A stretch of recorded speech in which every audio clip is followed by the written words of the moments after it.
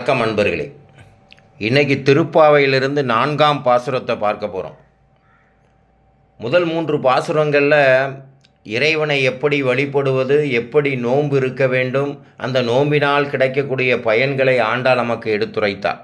அந்த நோம்பினால் கிடைக்கக்கூடிய பயனில் மழை பொழிகிறது. இந்த மழை பொழிந்து உலகம் செழுமையாகிறதுன்னு சொல்லலாம். இந்த மழை எப்படி பொழிகிறது என்பதை இந்த பாடலில் அறிவியல் கருத்தோடு நமக்கு சொல்லியிருக்கா. இறைவனோடு ஒப்பிட்டு இந்த மழை எப்படி பெய்கிறது அப்படின்னு அறிவியல் கருத்துக்கள் இந்த பாடலில் நமக்கு சொல்லப்பட்டிருக்கு.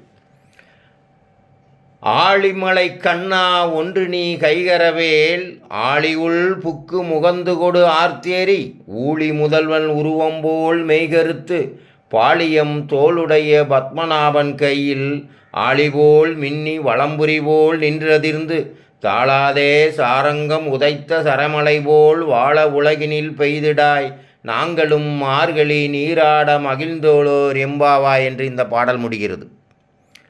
மலை மேகம் எப்படி இருக்க வேண்டும், மலை கடவுளுக்கு ஆண்டாள் சொல்லி கொடுக்குறா.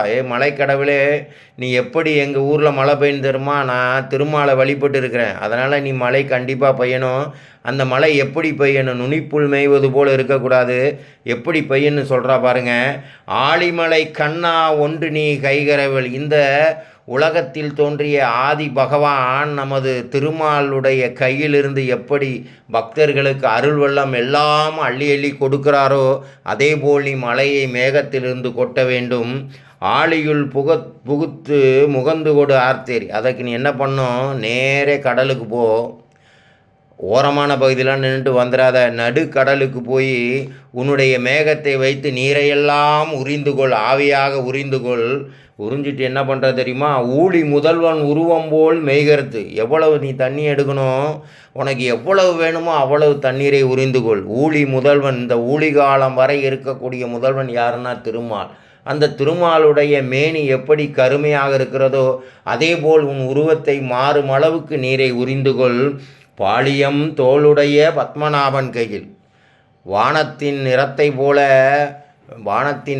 போல இருக்கக்கூடிய அந்த திருமாலுடைய கையில், ஆழிபோல் மின்னி வளம்புரி போல் நின்றது. அவன் கையில் இருக்கக்கூடிய ஆழி சக்கரம் இருக்குது பாருங்க, அந்த சக்கரம் மின்னுவது போல் மின்னலை கொடு இந்த உலகத்திற்கு. பின் வளம்புரி போல் நின்றறிந்து, பாஞ்சன்யம் சங்கு இருக்கு இல்லையா, வளம்புரி சங்கு, அந்த சங்கு அதிரும்போது எப்படி ஓசை எழுப்புகிறதோ அதே போல் நீ இடியை கொடு அப்படின்னு சொல்கிறா. தாளாதே சாரங் உதைத்த சரமலை போல் அப்படின்னு சொல்கிறா.